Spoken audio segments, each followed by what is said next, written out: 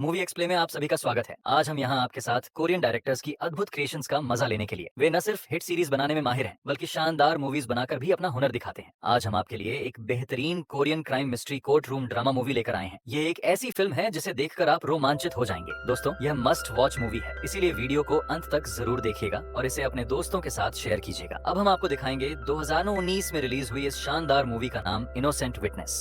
Movie की शुरुआत में सुनहाओ नाम के एक लॉयर को दिखाते हैं। फिलहाल वो जेल जा रहा है, मतलब अपने क्लाइंट से मिलने जा रहा है। क्लाइंट पूछता है कि बाहर क्या चल रहा है। सुनहाओ भी कहता है कि कुछ खास नहीं, बारिश बहुत हो रही है और सोने का दाम बहुत बढ़ गया है। अरे वो नहीं वकील साहब, मेरे केस के सिलसिले में क्या चल रहा है ये बताओ। सुनहाओ कहता है कि तुमने जो काम किया है, देखो उसके लिए तुम्हें 10 साल जेल में बितानी पड़ती, लेकिन मैंने अपनी मेहनत से तुम्हें सजा कम करवा दी है और 5 साल की हो गई है। अगर तुम जेल में कोई लड़ाई झगड़ा नहीं करोगे तो सजा और भी कम हो सकती है तुम्हारी। इस तरह सुनहाओ अपने रोजमर्रा के काम में बिजी हो जाता है। यहाँ से सीधे जीवू नाम की एक लड़की को दिखाते हैं जो स्कूल में पढ़ती है। टीचर उसे बुक से कुछ पढ़ने को कहती है। जीवू भी बुक उठाकर उसे एक सेकंड के लिए देखती है कि उसे उस पन्ने का सब कुछ याद हो जाता है और वो भी बिना देखे उसका पूरा टेक्स्ट सुनाने में लग जाती है। बताओ, टीचर तो उसको बीच में रोककर उसकी बड़ी तारीफ करते हैं कि वाह, तुम तो सच में कमाल की स्टूडेंट हो, एक काम करो बैठ जाओ अब। इसके बाद टीचर आगे पढ़ाना शुरू कर देती है, पर दोस्तों जीवू से चुप रहा नहीं जाता और वो ऊंची आवाज में उस पन्ने को पूरा पढ़कर ही चुप होती है। बताओ, ये है दोस्तों जीवू की प्रॉब्लम। एक्चुअली वो एक ऑटिस्टिक लड़की है ना,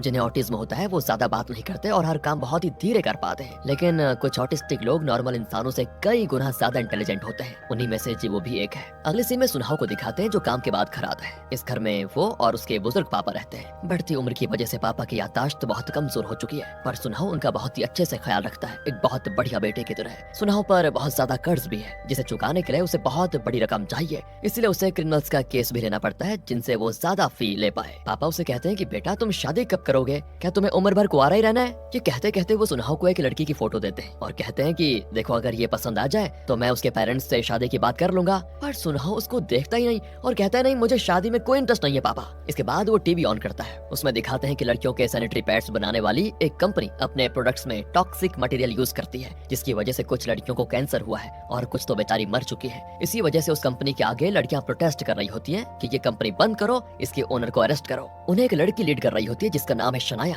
असल में शनाया सुनहो की बहुत ही अच्छी दोस्त है और दोनों एक ही स्कूल में पढ़ते थे। सुनहो तो उसे पसंद भी करता था, पर कभी कह नहीं पाया। पापा कहते हैं कि अरे इस लड़की को तो मैंने कहीं देखा है। सुनहो कहता है कि पापा, ये आपके पिछले बर्थडे पे आई थी ना, याद नहीं है आपको? ये मेरी दोस्त है।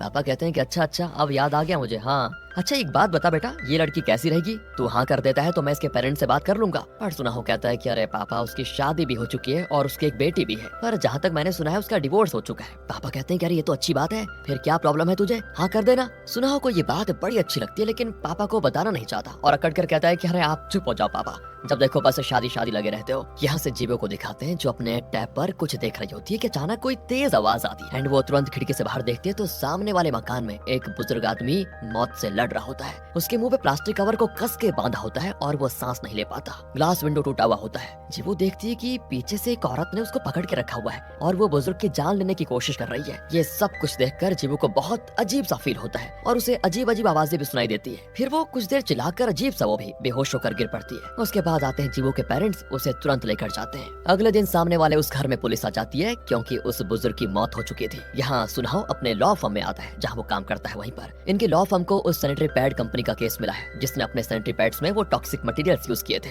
अब गलती तो कंपनी की है, लेकिन वो कंपनी खुद को बचाना चाहती है और उन्होंने इस लॉ फर्म को हायर किया है खुद को बचाने के लिए। सुनहाओ का बॉस, जो खुद एक सीनियर लॉयर है, वो एक मीटिंग बुलाता है जिसमें उस सैनिटरी पैड कंपनी का ओनर भी आया होता है। अब इस फर्म के लॉयर उसे ट्रेन करने लगते हैं कि कोर्ट में कैसे पेश आना है और प्रोसिक्यूशन के सवालों का किस तरह से जवाब देना होगा। अब बॉस तो ओनर को एग्जांपल भी देता है कि इस तरह पूछा जाएगा। वो कहता है कि सुनिए, आपकी कंपनी अपने सैनिटरी पैड्स में टॉक्सिक मटेरियल्स यूज करती है, इससे कई लड़कियों को कैंसर हुआ है, क्या ये सच है? पर ओनर कहता है कि देखो, ये सब मुझे कैसे पता होगा? ये सुनकर तो सुनहाओ हंस पड़ता है। उसके बाद बॉस ओनर को समझाता है कि देखिए, अगर आपने कोर्ट में इस तरह जवाब दिया तो प्रोसिक्यूशन का काम बड़ा आसान हो जाएगा और आपको सजा मिलने से कोई रोक नहीं पाएगा। कोर्ट में आपको रिस्पॉन्सिबली जवाब देना होगा, रिस्पॉन्सिबली। फिर वो सुनहाओ से पूछता है कि तुम क्यों हंस रहे थे उस समय? खैर तुम ये सोच लो कि मैंने तुम्हें इस कंपनी का केस दिया, तो तुम बताओ तुम इस कंपनी को और इसके ओनर को कैसे बचाओगे? सुनहाओ कहता है कि अगर ये साबित भी हो जाए कि इनकी कंपनी के सैनिटरी पैड्स में टॉक्सिक मटेरियल्स है, तो भी कोई ये साबित नहीं कर सकता कि उस टॉक्सिक मटेरियल से कैंसर होता है। इसे साबित करने के लिए कोई रिसर्च रिसर्च नहीं की गई है, और अगर रिसर्च करनी भी हो तो उसमें कई साल लग जाएंगे, और जब तक वो साबित नहीं हो जाता तब तक ये भी साबित नहीं हो पाएगा कि इन्हीं के प्रोडक्ट से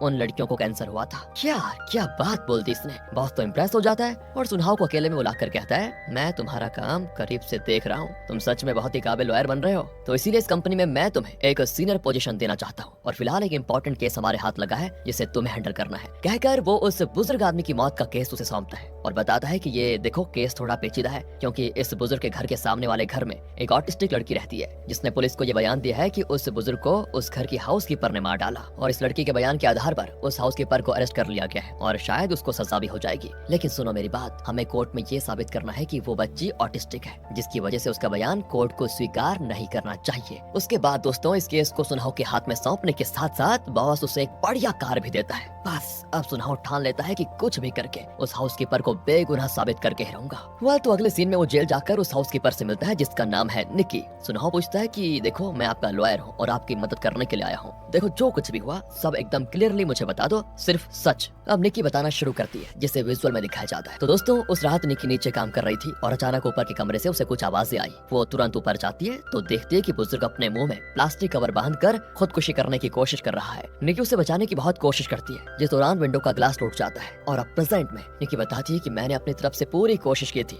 लेकिन उन्हें अकेले हैंडल करना मेरे लिए बहुत ही मुश्किल टास्क था। लाख कोशिश के बाद भी मैं उन्हें बचा नहीं पाई और उनकी सांस रुक गई। इस तरह हुई थी उनकी मौत। सुनहाओ पूछता है कि क्या बुजुर्ग को दिमागी तौर पर कोई प्रॉब्लम थी या खुदकुशी करने का उनका कोई खास मोटिव था, बताओ। तब वो कहती है कि 2 साल पहले उनकी वाइफ चल बसी, तब से वो बहुत ही डिप्रेशन में थे और हमेशा कहते थे कि मैं अकेला हो चुका हूँ, मैं अकेला हो चुका हूँ, मेरी जिंदगी सूनी हो चुकी है। इस तरह उनके डायलॉग हमेशा रहते थे और ये बात मैंने उस एरिया के सारे लोग जानते थे। देखो, मैं सच कह रही हूँ, मैंने उनका कत्ल नहीं किया। सुनहाओ दोस्तों वापस आ जाता है और जीवू ने जो बयान दिया था उसकी वीडियो देख रहा होता है। तो जीवू को देखते ही वो कंफ्यूज हो जाता है कि इस लड़की के बयान के आधार पर पुलिस ने निकी को अरेस्ट कैसे कर लिया। फिर वो उस एरिया में जाकर कुछ लोगों से पूछताछ करता है तो हर कोई निकी के बारे में अच्छा ही कहता है कि वो बहुत ही भली औरत है, उसने ये कत्ल बिल्कुल नहीं किया होगा। एक आदमी तो कहता है कि अरे आप चाहो तो मैं खुद कोर्ट में आकर उसके सपोर्ट में गवाही दे सकता हूँ। इसके बाद सुनहाओ मरे हुए बुजुर्ग के बेटे से मिलता है और कहता है कि उस इलाके के लोगों का मानना है कि निकी ने आपके पिता का कत्ल बिल्कुल नहीं किया है। अब देखिए, अगर आपकी भी यही राय है तो निकी की बेगुनाही साबित हो जाएगी। पर उसका बेटा कहता है कि मुझे नहीं पता वो गुनहगार है या नहीं, लेकिन जो मरे हैं मुझे पता है वो मेरे पापा थे, उनकी मौत के लिए मुझे इंसाफ चाहिए और उसके लिए मैं कुछ भी करने को तैयार हूँ। फिर सुनहाओ जीवू के घर जाता है, पर जीवू की माँ उसे जीवू से मिलने नहीं देती और कहती है देखिए, जीवू को जो बयान देना था वो दे चुकी है, अब बार बार उसे कत्ल के बारे में याद दिलाकर परेशान मत कीजिए, प्लीज चले जाइए यहाँ से। सुनहाओ निराश होकर चले जाता है वहाँ से, लेकिन जीवू खिड़की से उसे देख रही होती है। अगले सीन में सुनहाओ एक डॉक्टर के पास जाता है जो ऑटिज्म के बारे में रिसर्च करती है। तो सुनहाओ उसे जीवू के बयान की वीडियो दिखाता है और पूछता है क्या ये सच कह रही होगी। डॉक्टर कहती है कि हो ना हो ये बहुत ही इंटेलिजेंट बच्ची लगती है, बहुत ही लॉजिकली जवाब दे रही है। और देखो, उसका एडवोकेट भी उसे बहुत ही शांत कमरे में बैठाकर सवाल कर रहा है। मतलब ये कि एडवोकेट भी ऑटिज्म के बारे में बहुत अच्छी तरह जानता है। इस वीडियो से ये तो नहीं बताया जा सकता कि वो सच बोल रही है या झूठ, लेकिन एक बात साफ है, ये भले ही ऑटिस्टिक बच्ची है पर बहुत इंटेलिजेंट है। इन सारी बातों को जानने के बाद सुनहाओ शनाया के घर जाता है, जो कि उसकी बहुत अच्छी दोस्त भी है और उस टॉक्सिक सैनिटरी पैड्स वाले कंपनी के खिलाफ प्रोटेस्ट भी कर रही थी। शनाया और उसकी बेटी के साथ सुनहाओ थोड़ा वक्त बिताता है और डिनर के बाद सुनहाओ और शनाया वहाँ पर टहल रहे होते हैं। तब शनाया बताती है देखो, वो सैनिटरी पैड्स कंपनी लड़कियों की जान के साथ खिलवाड़ कर रही है। सुना है तुम्हारे लॉ फर्म को उनका केस मिला है, मतलब तुम उस बड़ी कंपनी की तरफ से लड़ोगे ना। देखो, एक बात याद रखना, जीत हमेशा सच की होती है। इस पर सुनहाओ झट से कह देता है कि अरे इस तरह तुम्हें प्रोटेस्ट करने से क्या मिलेगा, बताओ।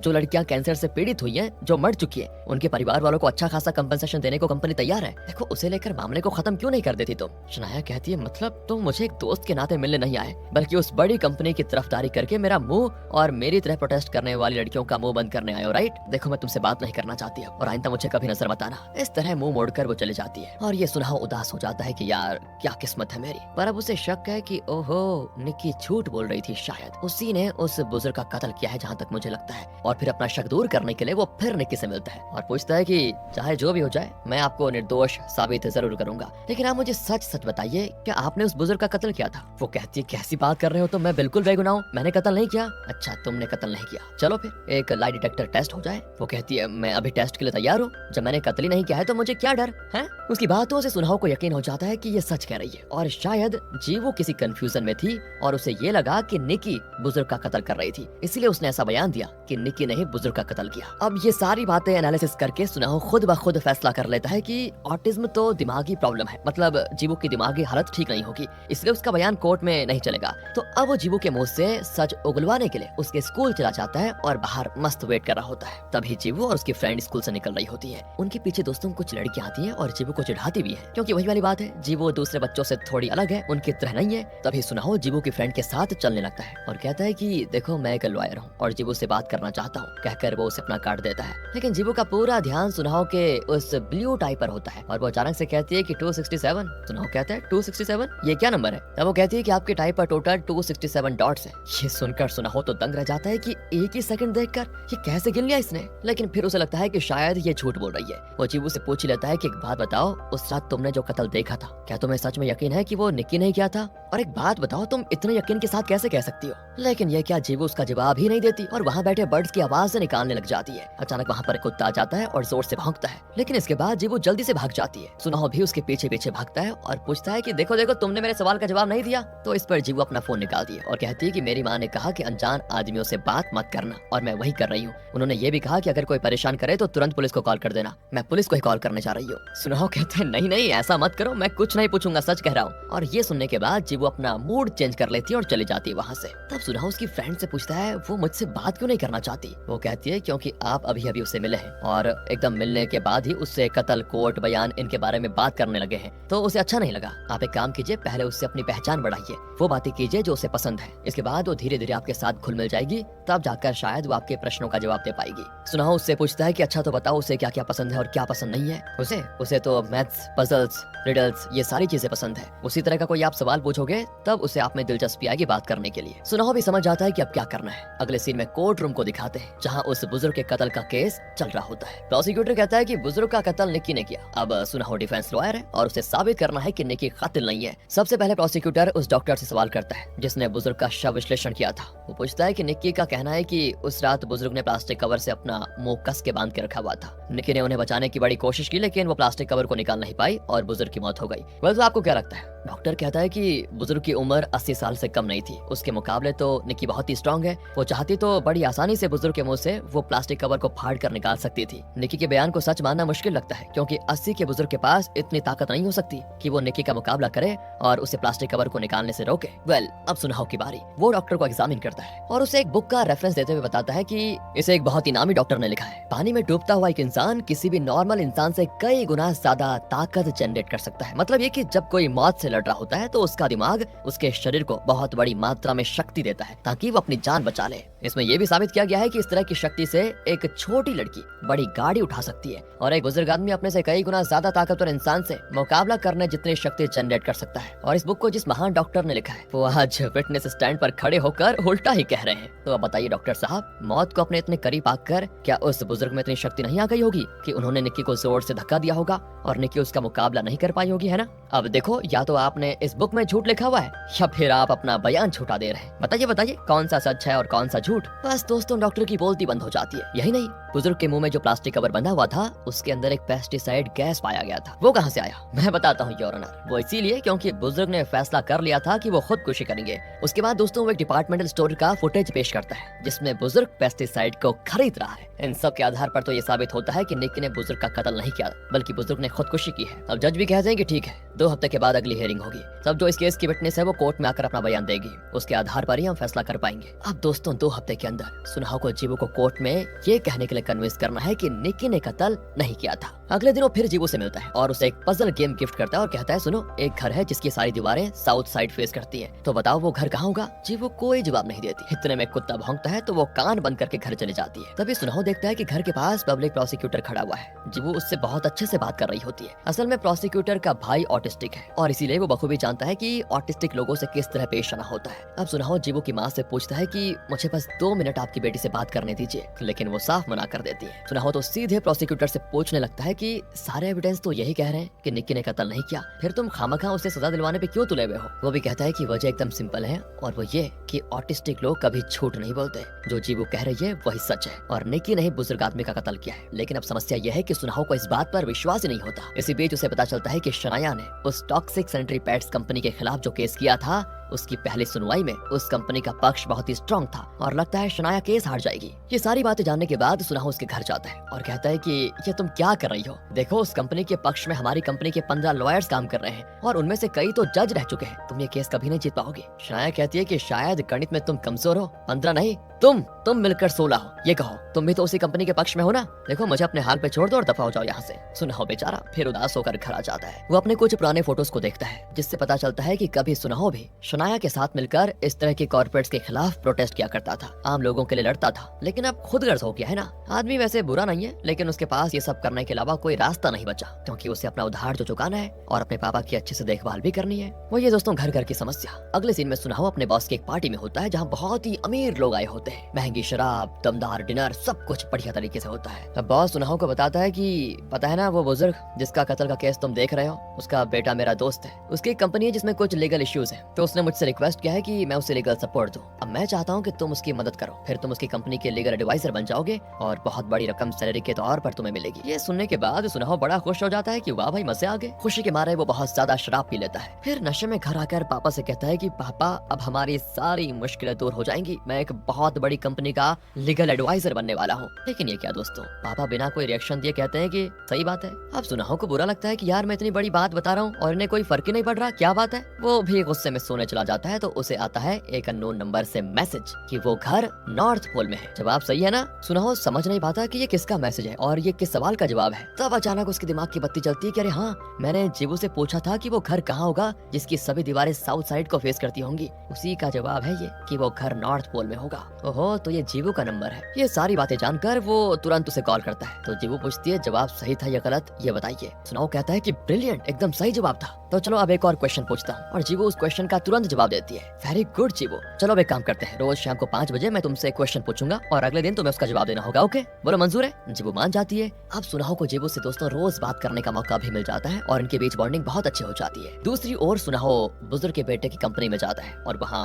फॉर्मली उनका लीगल एडवाइजर भी बन जाता है। वो आदमी कहता है कि मेरी कंपनी में फाइनेंशियली कुछ प्रॉब्लम्स थी लेकिन अब थोड़ा सुधार आ गया है, जल्दी से आप मेरे पापा का केस पूरा कर दीजिए और मेरी कंपनी को ज्वाइन कर लीजिए बस। अगले सीन में सुनाहो जीवू से मिलने उसके स्कूल के बाहर वेट कर रहा होता है। तब वो देखता है कि जीवू की फ्रेंड उसे पेस्टिसाइड मिक्स किया हुआ पानी पिलाने की कोशिश कर रही है। वो कहती है कि तुम्हारे साथ घूमने की वजह से बाकी बच्चे मुझे ये सब पीने पे मजबूर कर रहे थे, लो तुम भी पी लो इसको। जीवू उसको नहीं लेती लेकिन वो जीवू को बुली करने लगती है। तब सुनाहो बीच में आ जाता है और उस लड़की को डांटता है कि क्या कर रही हो, मैं तो तुम्हें अच्छी लड़की समझ रहा था, ये क्या बदतमीजी है। वो कहती है मैं अच्छी लड़की नहीं हूँ समझे, और इसी वजह से स्कूल में मुझसे कोई बात नहीं करता। इस तरह वो अपने मन की भड़ास निकाल कर चली जाती है। तभी जीवू उसके पीछे जाने लगती है तो सुनाहो उसको रोककर समझाता है कि देखो तुम उसे अपनी फ्रेंड मानती हो लेकिन वो तुम्हें जहर देने की कोशिश कर रही है, वो तुम्हारी सच्ची दोस्त कभी नहीं हो सकती, वो बस तुम्हारा इस्तेमाल कर रही है। ये सब सुनकर जीवू को अजीब फील होने लगता है और वो तुरंत बेहोश। सुनाहो तुरंत उसे उठाकर हॉस्पिटल लेकर जाता है और उसकी माँ को इन्फॉर्म कर देता है। वो भी हॉस्पिटल आती है अपनी बच्ची को देखने के लिए। तब सुनाहो उसे सारी बातें बताता है कि क्या क्या हुआ था। वो कहता है जिस लड़की के भरोसे तुम अपनी बेटी को स्कूल भेजती हो ना, वही जीवू के लिए खतरा बन जाएगी। जीवू की माँ भी परेशान हो जाती है कि तो फिर कहाँ कैसे भेजूं मैं। और तब सुनाहो कहता है अरे आप जीवू को नॉर्मल स्कूल में क्यों भेज रही है, उसके लिए कोई स्पेशल स्कूल होगा, वहाँ भेजेंगे तो आपको जीवू के बारे में जरा भी फिक्र नहीं करनी पड़ेगी। फिर जीवू की माँ कहती है आप जीवू के बारे में जानते क्या है, जब बच्चे छोटे होते हैं तो उनका पहला शब्द माँ या पापा या और कोई शब्द होता है, लेकिन पता है जब मेरी बेटी पहली बार बोली तो पूरा सेंटेंस बोली कि माँ मेरा डायपर बदलो। 2 साल की उम्र में तो वो बुक्स और न्यूज़पेपर्स पढ़ने लगी थी। सभी कहते हैं कि ऑटिस्टिक बच्चे दिमागी तौर पे कमजोर होते हैं लेकिन मेरी बेटी नॉर्मल बच्चों से नहीं है, नॉर्मल बच्चों से भी ज्यादा इंटेलिजेंट है वो, पर समस्या यह है कि कोई उसे समझ नहीं पा रहा। ये सारी बातें सुनकर अब सुनाहो को उस माँ का दर्द समझ में आता है, पर जीवू को तभी होश में आ जाता है और सुनाहो उसको और उसकी माँ को उनके घर छोड़कर वहाँ से निकलने वाला होता है। तभी जीवू की माँ कहती है आप कई दिनों से जीवू से कोई बात करना चाह रहे थे ना, पर मैं मना करती रही, आप चाहे तो अब पूछ लीजिए। ये कहकर वो सुनाहो को अपने घर बुला दी तो सुनाहो जीवू के कमरे में जाता है और वो बहुत ही अच्छे से सजाया होता है। वहाँ जीवू की माँ की कुछ फोटोज होती है जिसमें उसने कई सारे एक्सप्रेशंस दिए होते हैं। जीवू भले ही इंटेलिजेंट है लेकिन ह्यूमन इमोशंस को समझने में उसे दिक्कत होती है दोस्तों, ये बात सच है। इसलिए उसकी माँ ने उसे हैप्पी, सैड, कंफ्यूज्ड इस तरह के इमोशन सिखाने का ये तरीका निकाला था। ये बातें भी सुनकर सुनाहो को हैरानी होती है और अब वो धीरे धीरे जीवू के पास जाकर पूछता है तो तुम यकीन के साथ कैसे कह सकती हो कि उस घर की हाउसकीपर निक्की नहीं उस बुजुर्ग आदमी को मारा था, क्या तुमने कत्ल करते हुए देखा था? जीवू कहती है पागल कहीं का। तभी माँ कहती है ये क्या मजाक है जीवू? वो पूछ रहे हैं तो बताओ ना। अरे देखिए आप बुरा मत मानिए, जीवू ने ये शब्द कहीं सुने होंगे, उसी को दोहरा रही है। कोई बात नहीं जीवू, ये सुनाहो कहता है। फिर वो कहता है कि उस कत्ल के बारे में मुझे कुछ पूछना है, क्या मैं तुमसे पूछ लूं? इस पर जीवू कहती है, आपने कहा था कि मेरी फ्रेंड सिर्फ मेरा इस्तेमाल करने के लिए मेरी फ्रेंड बनी, और अब आप भी तो वही कर रहे हैं, अपने फायदे के लिए आपने मुझसे दोस्ती किया है ना। सुनाहो को ऐसा फील होता है जैसे उसने सुनाहो को तमाचा मार दिया हो। वो एकदम चुप और बिना कोई सवाल किए चला जाता है। अगले दिन जीवू और उसकी माँ कोर्ट आती है, क्योंकि आज आखिरी सुनवाई है। एक छोटी सी आवाज भी जीवू को बहुत तेज सुनाई देती है, इसलिए वो बहुत ही घबराई भी होती है, और यहाँ कोर्ट रूम में भी वो अपने कान बंद करके रखती है। कहती है वो आवाज मेरे कानों में तेज गूंज रही है। प्रोसिक्यूटर पूछता है कैसी आवाज, और तब जीवू कहती है वो जो क्लॉक है उसकी टिक टिक की आवाज कम कीजिए प्लीज। सभी चौंक जाते हैं कि उतनी दूर से क्लॉक की आवाज जीवू को सुनाई दे रही है क्या। वो क्लॉक निकाल दी जाती है और प्रोसिक्यूटर पूछता है कि अब बताओ उस रात तुमने क्या देखा। डरो मत, जो देखा बस वही बताओ। जीवू बताती है उस घर में एक दादाजी रहते थे, मैं अपने कमरे में थी जब मुझे बाहर से कोई आवाज सुनाई दी। मैंने खिड़की से देखा तो दादाजी के मुंह में कवर लपेटा हुआ था और निक्की उनका कत्ल करने की कोशिश कर रही थी। अच्छा, तो तुम्हें कैसे पता कि वो कत्ल करने की कोशिश कर रही थी। मुझे पता है क्योंकि मैंने देखा कि उसने दादाजी का सर पकड़ के रखा हुआ था और ग्लास पर उनका सर पटक दिया था। पर ये भी तो हो सकता है कि वो दादाजी को बचाने की कोशिश कर रही हो। नहीं, ऐसा नहीं हो सकता, क्योंकि वो दादाजी को मार रही थी, मैंने खुद देखा अपनी आंखों से, और मैंने ये भी देखा वो हंस रही थी। अब दोस्तों कोर्ट में बैठे लोग चौंक जाते हैं। उन्हें लगता है कि अगर वो बचाने की कोशिश कर रही थी तो हंस क्यों रही थी, मतलब जरूर उसने बुजुर्ग का कत्ल किया होगा। अब यहाँ से इस केस में निकी की तरफ से सुनाहो की बजाय उसका बॉस हाजिर होता है। उसके हाथ में ऑटिज्म के बारे में एक बुक होता है जिसमें लिखा है कि ऑटिस्टिक लोगों को ह्यूमन इमोशंस को समझने में दिक्कत होती है, वो ठीक से समझ नहीं पाते। मतलब ऑटिस्टिक वाले ये यकीन के साथ नहीं कह सकते कि सामने वाला हंस रहा था, दुखी था या फिर परेशान था वगैरह वगैरह। उन्हें मतलब कोई क्लैरिटी नहीं होती। तो ऐसे में जीवू इतनी दूर से कैसे पहचान गई कि निकी हंस रही थी या परेशान थी, ये बड़ा ही वैलिड सवाल होता है। अब सुनाहो भी उठकर जीवू से पूछता है कि देखो मैं तुम्हें कुछ ड्राइंग्स दिखाऊंगा और तुम्हें बताना है कि उसमें जो इंसान है वो खुश है, दुखी है या जो भी है, तुम्हें बताना है बस। कहकर वो एक इमेज डिस्प्ले करता है। जीवू कहती है वो खुश है क्योंकि उसके लिप्स चौड़े हैं, मुंह खुला है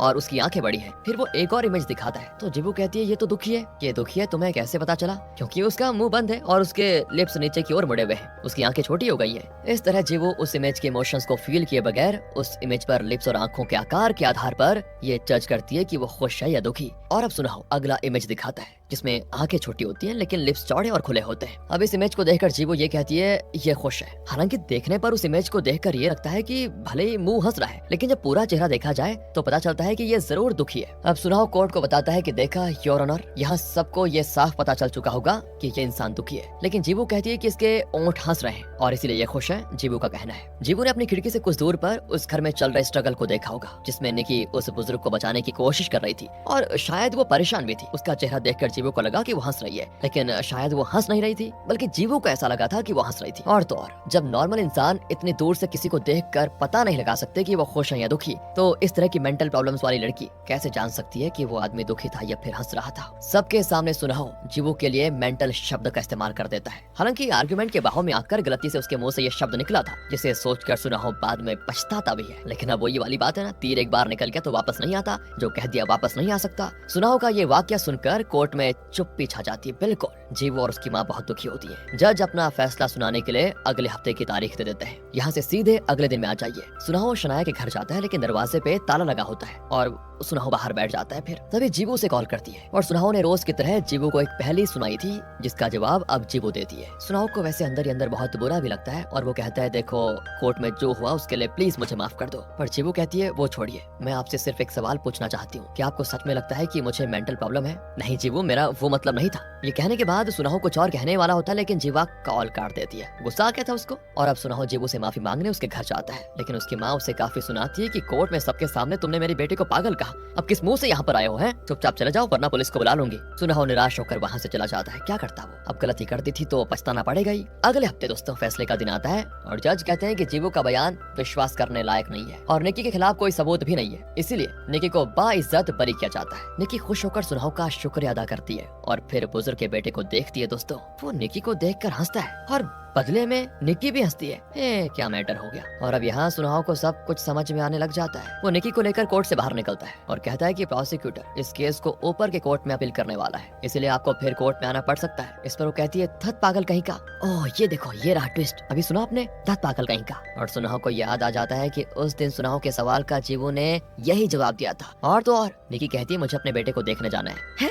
आपका बेटा भी है? आपने कभी बताया नहीं? नहीं, वो मेरा असली बेटा नहीं है, लेकिन बेटे जैसा है। उसकी तबीयत बहुत ही खराब है, मुझे उसकी देखभाल करनी पड़ती है। ये कहकर वो चली जाती है और अब जाकर दोस्तों सुनाहो को निकी पर शक हो जाता है और वो उस आदमी से मिलता है जिसने सुनाहो को ये बताया था कि निकी बहुत भली औरत है, वो किसी का कत्ल कभी नहीं कर सकती। सुनाहो पूछती है निकी का कोई बेटा है क्या? वो कहते हैं हाँ है तो एक बेटा, पर बहुत ही बीमार है और इलाज बहुत ही महंगा है, इसलिए बेचारी उसका इलाज करवा नहीं पाई थी। अब दोस्तों सुनाहो मरे हुए बुजुर्ग के बारे में पूछताछ दोबारा शुरू करता है तो पता चलता है वो बहुत ही रहमदिल इंसान था। उसने अपनी पूरी प्रॉपर्टी अनाथालय और एनजीओ के नाम करने की सोची थी, लेकिन उससे पहले उसकी मौत हो गई। तब जाकर सुनाहो इस केस के डॉट्स को कनेक्ट करने लग जाता है। वो समझ जाता है कि क्या सच है। बुजुर्ग अपनी सारी प्रॉपर्टी डोनेट करने जा रहा था, लेकिन उसके बेटे की कंपनी में फाइनेंशियल प्रॉब्लम्स थी। जाहिर है कि बेटे ने प्लान बनाया होगा कि अगर पापा का खात्मा हो जाए तो उनकी प्रॉपर्टी जो अनाथालय को जाने वाली थी वो उससे मिल जाएगी और उसकी कंपनी की फाइनेंशियल प्रॉब्लम्स सॉल्व हो जाएंगी। इसी इरादे से उसने अपने पापा की देखभाल करने के लिए निकी को हायर किया था। उसने निकी को प्रॉमिस किया था कि अगर वो बुजुर्ग का काम तमाम कर देगी तो वो निकी को उसके बेटे के इलाज के लिए बड़ी रकम देगा।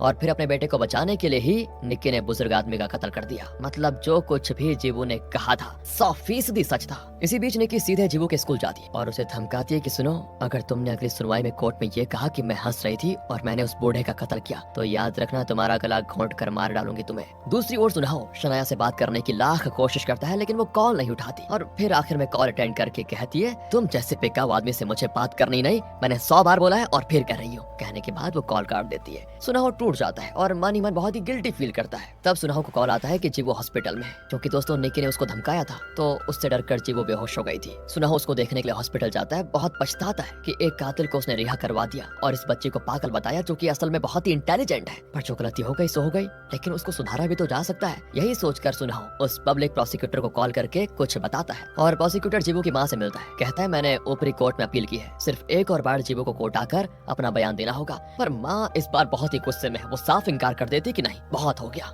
मेरी बेटी के माथे पे पागल का लेबल चिपका दिया है लोगों ने। अब दोबारा से वो सारी बातें कहने की ना उसमें शक्ति बची है और ना मुझ में। जाइए आप यहाँ से, अपील करने की कोई जरूरत ही नहीं है। जी वो बेचारी अपने कमरे में ये सारी बातें सुन रही होती है और तब वो बाहर आकर कहती है कि माँ मैं बड़ी होकर लॉयर बनना चाहती हूँ, लेकिन मैं ऑटिस्टिक हूँ ना तो लॉयर नहीं बन सकती, पर मैं कोर्ट तो जरूर जाऊंगी, क्योंकि लॉयर ना सही मैं एक अच्छी विटनेस तो जरूर बनना चाहूंगी। प्रोसिक्यूटर जाकर सुनाहो की शर्ट पकड़ लेता है कि ये तुमने क्या कर दिया। सुनाहो कहता है कि प्लीज मेरी गलती माफ कर दो मुझे, अगली हियरिंग में देख लेना, मैं सच का साथ दूंगा। चलिए दोस्तों, स्वागत है आपका कोर्ट रूम में फाइनल डिसीजन के दिन। सुनाहो एक रुमाल निकालता है जिसमें बहुत सारे डॉट्स होते हैं। वो कहता है कि मैंने कोर्ट आते वक्त इस रुमाल को खरीदा था। तो वो जीवू को 1-2 सेकंड के लिए रुमाल दिखाता है और पूछता है कि इस रुमाल में कितने डॉट्स हैं। जीवू कहती है 196 डॉट्स। जज पूछते हैं कि किस तरह का सवाल कर रहे हो ये। तब सुनाहो कहता है कि मैं ये साबित करना चाहता हूँ कि जीवू किसी भी चीज को कितनी बारीकी से देखती है और वो भी पलक झपकाने की तेजी से। अब सुनाहो के रवैये को देखकर उसके बॉस को लगता है कि ये कर क्या रहा है, ये तो आज जीवू को सपोर्ट कर रहा है। तो उसका बॉस उसे इशारा करता है कि क्या कर रहे हो मूर्ख, तुम 1 मिनट यहाँ जाओ, मुझे तुमसे कुछ बात करनी है। सुनाहो कहता है कि रुकिए सर,